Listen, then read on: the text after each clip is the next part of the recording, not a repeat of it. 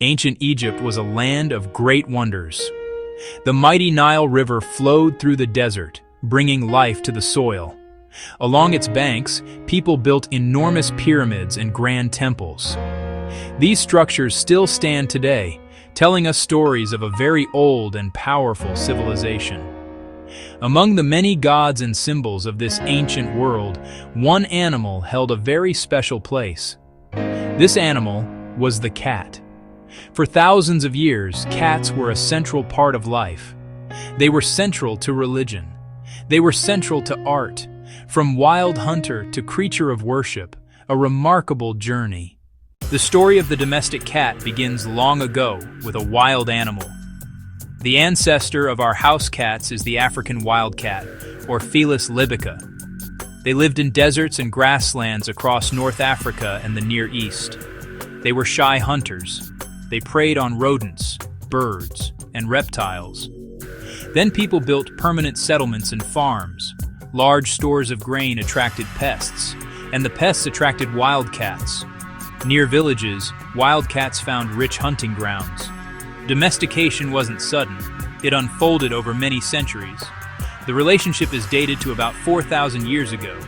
During Egypt's Middle Kingdom, around 2000 BCE, wildcats helped by controlling pests. People tolerated them, even left scraps to keep them around. Bolder cats stayed, found more food, and had more kittens. Over generations, cats became tamer and more comfortable with people. Excavations reveal cat bones buried near homes. At Hierakonpolis, a burial from about 3700 BCE included a man and a baboon, along with several cats and kittens. As cats became more integrated into Egyptian life, their status grew from helpful animal to sacred symbol. Bastet was first depicted as a fierce lioness, a protector of Lower Egypt. By around 1000 BCE, she was often shown as a woman with the head of a domestic cat, or as a cat herself. In this form, Bastet became one of Egypt's most popular deities. She was the goddess of the home, fertility, and childbirth, a gentle and protective mother, mirrored in the behavior of cats with their young. Yet she retained a fiercer nature, protector against threats seen and unseen. Egyptians believed she guarded homes from evil and disease, just as cats guarded granaries. Families kept cat statues to honor Bastet and ask for protection. These images were crafted in bronze, stone, and faience. In Bastet's temples, cats were cared for by priests, fed and treated with reverence. A sleek bronze statue of an Egyptian cat, upright and alert, wearing a golden earring, tells that story in one quiet pose. The center of Bastet's worship was Bubastis, a major temple city in the Delta.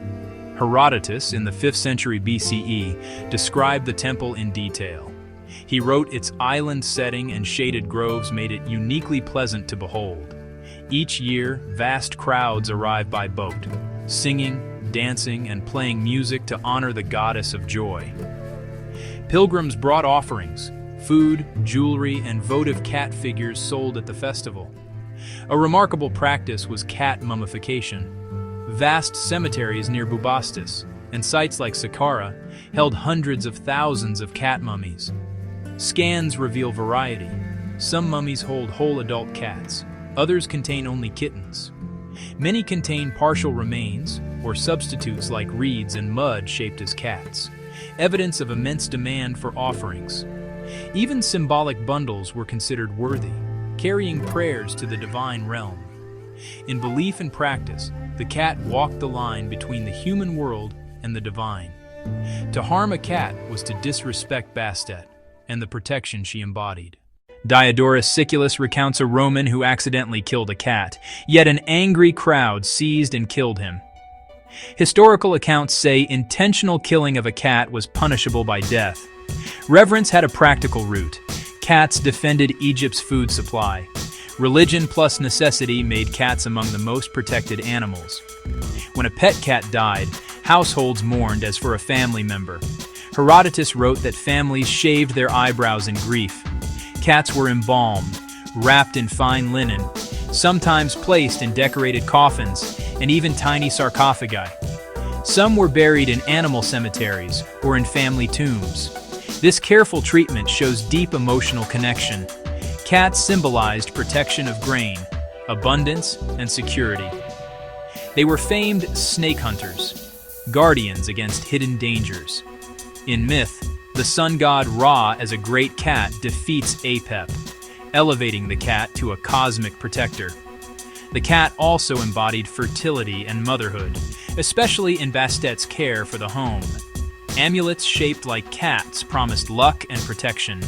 In art, cats reinforced ideals of family life and order. On-screen text, key terms, law, mourning, abundance, protection, Ra versus Apep. Egypt's reverence for cats spread through trade and travel across the Mediterranean. Herodotus and Diodorus described Bastet's temples, laws, and mourning rites. Greeks and Romans first used other pest controllers, but cats steadily gained favor. Contact increased after 30 BCE. Some brought cats home as prized companions. Roman art often shows cats as skilled hunters, not divine, but admired. In Rome, the cat could symbolize independence and liberty. From Egypt, cats spread through the empire, laying the groundwork for Europe's household pet. Today, museums preserve the evidence behind these stories. Bronze statues, inlays, and delicate adornments testify to devotion and craft. Cat mummies, simple wrappings to elaborate burials, confirm widespread, long-lived practices. Tomb paintings show cats in daily life, hunting in marshes, resting beneath their owners' chairs. Some even bear names, like Nedjim, revealing personal bonds across millennia. We still value their companionship, calm presence, and comfort. We care for them when they are sick and mourn them when they are gone.